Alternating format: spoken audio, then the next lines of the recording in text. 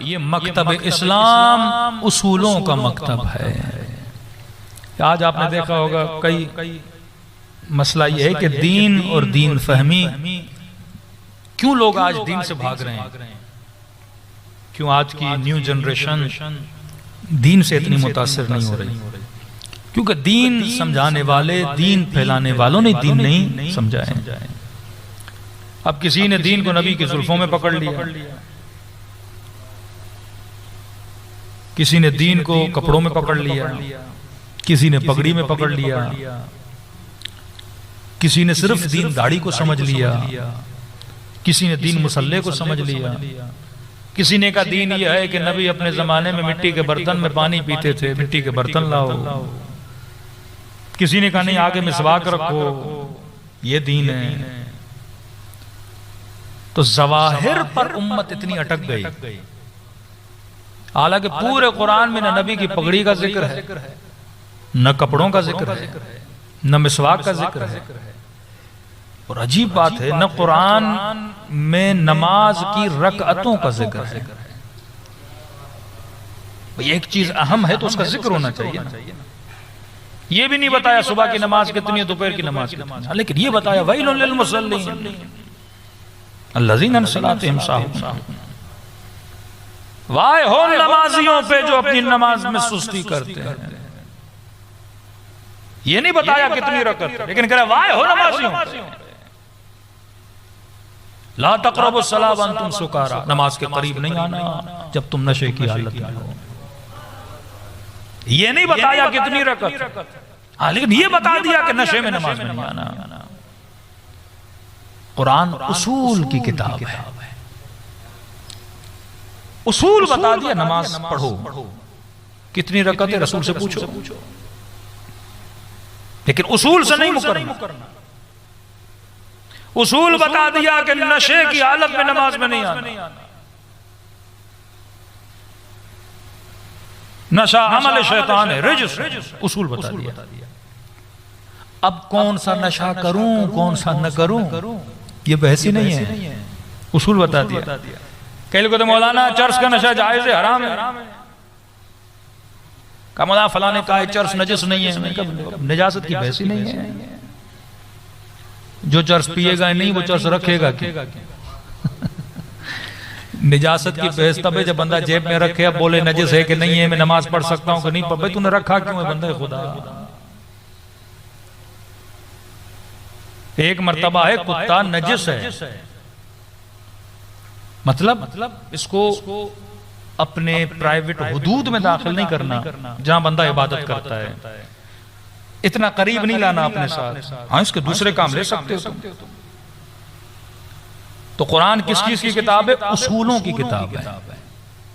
امت کس پہ چپک گئی؟ ظواہر پہ۔ نبی کا برتن ایسا تھا، نبی کی زلفیں ایسی تھیں، اب زلفیں چھوٹی کر لوگے تو کیا ہوگا؟ جو قدرتی طور پہ گنجے ہو گئے ان کی تو کوئی زلفیں نہیں ہیں۔ پھر یہ تو ایک ایسی نعمت ہوئی جو ایک بندہ محروم، اور محروم بھی ہوا پتہ نہیں اس کے ہاتھ میں نہیں، ایسے ہی محروم ہو گیا بیچارہ۔ تو اس نعمت کا فائدہ کیا؟ جو کچھ کے لیے ہو اور کچھ کے لیے نہ ہو۔ ایکول ہونا چاہیے نا، نعمتوں میں تو ہم سب کو ایکول ہونا ہے۔ نماز ہر بندہ پڑھ سکتا ہے، بیٹھ کے پڑھے، کھڑے ہو کے پڑھے، پڑھنی تو ہے، ہر بندہ پڑھ سکتا ہے۔ تو کچھ لوگوں نے برتنوں کو پکڑا، کچھ لوگوں نے زلفوں کو پکڑا۔ یہی معاملہ ہمارے اندر بھی ہے کہ کڑوں کے پہننے پہ زور زیادہ، بالیاں پہننے پہ زور زیادہ، دھاگے پہننے میں زور زیادہ، ظواہر پہ عمل کرنے کا زور بہت زیادہ ہے۔ لیکن جو امام حسین نے اصول بتائے اس اصول پہ زور نہیں۔ ہر بندے کے گھر کی چھت پہ عباس کا علم ہے، لیکن جس کا علم ہے اس کا علم کیوں ہے؟ اور سارے بھائیوں میں عباس علمدار کا اتنا مقام کیوں ہے کہ جب بین الحرمین جاؤ یہاں امام کا روزہ، یہاں امام زادے کا روزہ، اور دور سے ایسے لگے کہ دونوں امام ہیں، اور اتنا مقام کہ امام معصوم کہیں کہ میری زیارت سے پہلے عباس کی زیارت کر کے آنا۔ کبھی سوچا کیا یہ مٹھائی بانٹتے ہوئے سارے مقامات ملے ہیں؟ اتنا بڑا مقام غازی عباس کو کیوں ملا؟ ادب کی وجہ سے. جو سمبل آف ادب ہے اس کا علم میرے گھر کی چھت پر ہے، لیکن چھت کے نیچے رہنے والوں میں ادب نہ ہو، فائدہ کیا؟ ہم صرف سمبلز کو کاپی کریں. رسول کی شکل ایسی تھی، رسول کا ماما ایسا تھا، رسول کی زلفیں پہ کیا ملے گا تمہیں زلفوں سے؟ اگر میرے اندر وہ اصول نہیں، اگر میں نے ان اصولوں کو فالو نہیں کیا، مسجد میں نماز بھی پڑھے، زلفیں بھی بڑی رکھے، لیکن کل پتا چلے اسی مسجد و مدرسے میں جناب بدکاری کرتے ہوئے پکڑا گیا. سب کچھ ملا پر تجھے اصول مکتب نہ ملا. یہ اصول ہے. ہر بچا اصول کی وجہ سے. اس کے وجود میں ایک اصول تھا کہ نبی کی بیٹی کی بے ادبی نہیں کرنا. اصول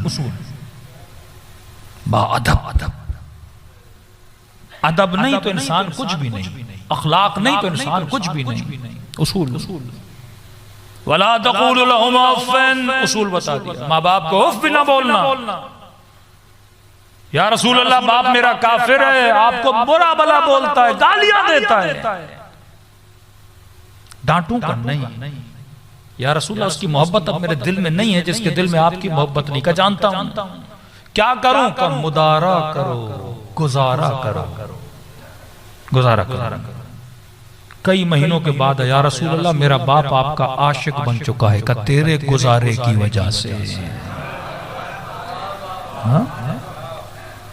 اصول پہ عمل کرو گے زندگی آباد ہوتی ہے. ورنہ اگر ڈیٹیل میں چلے جاؤ گے تو شافیوں کی اپنی ڈیٹیل ہے، حنبلیوں کی اپنی ڈیٹیل ہے. بھائی اگر سب کی ڈیٹیل الگ الگ ہوتی، کوئی ہاتھ باندھ کے پڑھتا، کوئی کھول کے پڑھتا، کوئی مسئلہ نہیں تھا. فقہی اختلاف ہے. لیکن اگر قرآن کے اصولوں پہ سب عمل کرتے تو امن ہوتا، ادب ہوتا، اخلاق ہوتا، کفر کے فتوے نہ ہوتے. آج ہمارے معاشرے میں فقہ 100%، اخلاق 0. انگریزی معاشروں میں فقہ 0، اخلاق 100%. اور اخلاق مند معاشرے فطرت زیادہ پسند کرتی ہے.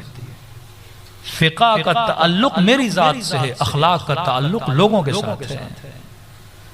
میں نماز پڑھوں نہ پڑھوں آپ کو کوئی نقصان ہے؟ میں روزہ رکھوں نہ رکھوں آپ کو کوئی نقصان ہے؟ میں قرآن پڑھوں نہ پڑھوں آپ کو کوئی نقصان ہے؟ نہیں. لیکن میں گالی دوں، میں غیبت کروں، میں مال لوٹوں، میں کسی گھر میں آگ لگاؤں، اس کا کس کو نقصان ہے؟ آپ کو نقصان. تبھی کہتا ہے میں اپنے گناہ بخش دیتا ہوں، بندوں سے کی ہوئی برائیوں کو نہیں بخشتا. اپنی حد تک تو جو بھی کرے وہ تیرا عمل ہے، تیرا رب جانے اور تو جانے. لیکن یہی انفرادی گناہ اگر میں لوگوں میں آ کے کرتا ہوں پھر سخت سزا دیتا ہے. وہ فعل زنا جو بندہ تنہائی میں کرے اس کا معاملہ اور رب کا معاملہ ہے. لیکن یہی عمل جب معاشرے میں آتا ہے تو فحاشی وال کہلاتا ہے. اب کہتا ہے سو کوڑے مارو، اب کہتا ہے سنسار کرو. کیونکہ اس نے گناہ بھی کیا، لوگوں میں کیا، برائی کو اس نے کیا کیا؟ پھیلایا. اور لوگوں کے دلوں میں کیا پیدا کی؟ اس گناہ کی ڈیمانڈ کو پیدا کیا، ترغیب دی لوگوں کو گناہ کی طرف. اب سزا دیا جائے. تو قرآن کس کی کتاب ہے؟ اصولوں کی کتاب ہے. اصل بتاتا ہے خدا. اصول کا مطلب اب آپ یہ سوچیں کہ مولانا رسول خدا نے بریانی کھائی تھی کہ نہیں. تیرا کیا جائے؟ نہاری کھائی تھی کہ نہیں؟ شلوار قمیص پہنی تھی کہ نہیں؟ سویٹر پہنا تھا کہ نہیں؟ کوٹ پہنا تھا کہ نہیں؟ اب میں نے کہا یہ ان مفتیوں کو جا کے بولو جو کہتے ہیں مٹی کے برتن میں کھانا کھاؤ، زلفیں بڑی رکھو، مسواک رکھو، شلواریں ٹخنوں سے اوپر رکھو، کیونکہ رسول کرتے تھے، رسول کرتے تھے، رسول کرتے تھے. میں نے کہا پھر ایک گدھا بھی باہر کھڑا کر دو ان کے. پھر گاڑیوں پہ بھی نہ چڑھو، پھر موبائل بھی استعمال نہ کرو، پھر ٹی وی بھی استعمال نہیں کرو. اس قدر فکر کو محدود کیا کہ 21ویں صدی کے لوگ دین گریز بن گئے، دین سے بھاگ گئے. وہی کام جو کرسچنز نے اپنے لوگوں کے ساتھ کیا اور سارے دین کے دشمن بن گئے، کیتھولک سے پروٹسٹنٹ بن گئے. فوٹو لینا حرام ہے، پینٹ شرٹ پہننا حرام ہے، اور سارے ٹی وی پہ بیٹھے ہیں، سارے اتنے بڑے بڑے بیل بورڈز لگے ہوئے ہیں مولویوں کے، اور پوچھا کہ جناب آپ نے تو بولا تھا حرام ہے، آپ کے فوٹو لگے ہوئے کہ اب سوچنا پڑے گا یہ کیسی شریعت ہے جو ڈیلی کروٹیں بدل رہی ہے. میرا فائدہ ہے تو صحیح، میرا فائدہ نہیں تو کیا ہے، نقصان ہے. تبھی رسول نے اسپیسیفک چیزیں نہیں بتائیں، نہ قرآن کیا بتا دیے، اصول بتا دیے. اب آتے ہیں رسول کی خدمت میں، یا رسول اللہ کیا میں بریانی کھا سکتا ہوں کیونکہ آپ نے نہیں کھائی؟ کیا میں کڑھائی کھا سکتا ہوں کیونکہ آپ نے نہیں کھائی؟ کیا میں تکے شکے کھا سکتا ہوں یا رسول اللہ کیونکہ آپ نے تو نہیں کھائے تھے؟ ہاں اچھا چلتے ہیں حدیث میں ڈھونڈتے ہیں. یہ آج کل بڑا تقلید اور نن تقلیدیوں کا مسئلہ چھڑا ہوا ہے مارکیٹ میں. عقل بندے میں ہو تو یہ بحثی فضول ہے.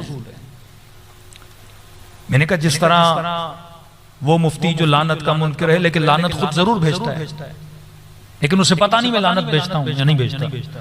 اسی طرح میں نے کہا ہم شیعوں کے اندر جو منکر تقلید ہیں، تقلید وہ بھی کرتے ہیں لیکن ان کو پتا ہی نہیں ہے. کچھ ایسے کام ہیں جس سے آپ بچ ہی نہیں سکتے. کہا نہیں مولانا میں تو تقلید نہیں کرتا. میں نے کہا ٹھیک ہے جناب، کیوں نہیں کرتے؟ کہا کہ فلاں جناب نے یہ بولا، یہ دلیل دی، یہ دلیل دی، یہ دلیل دی، اس وجہ سے میں نہیں کرتا. میں نے کہا جس کی وجہ سے تو نہیں کرتا اس کی تو کیا کر رہا ہے؟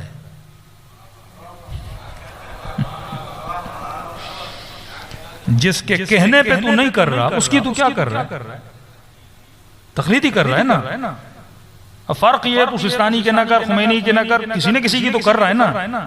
بھائی جس کی تو سنتا ہے اسی کی تو تقلید کرتا ہے. تم نے خط صدوق کی کتاب کھولی، کب تم نے کافی کھولی، کب تم نے بہار کھولی؟ آج تک تم نے کتاب نہیں کھولی. اور جو یہ کہہ رہا ہے کہ میں کتابیں پڑھ کے تمہیں بتا رہا ہوں کہ یہ چیز نہ کرو، میں نے کہا اس کی کیا، یعنی تقلید نہ کرنے میں بھی تو تقلید کر رہا ہے. جب تم نے یہ تسلیم کر لیا کہ میں پیدا ہوتے ہی جاہل تھا، یا تو یہ دعویٰ کر کہ جب سے تو پیدا ہوا عالم ہے. میں نے کہا تقلید سے یا علی بچ سکتے ہیں یا حسنین، اسے تقلید کی ضرورت نہیں ہے جو پیدا ہوتے ہی بولے کہ یا رسول اللہ تورات سناؤں، انجیل سناؤں، زبور سناؤں.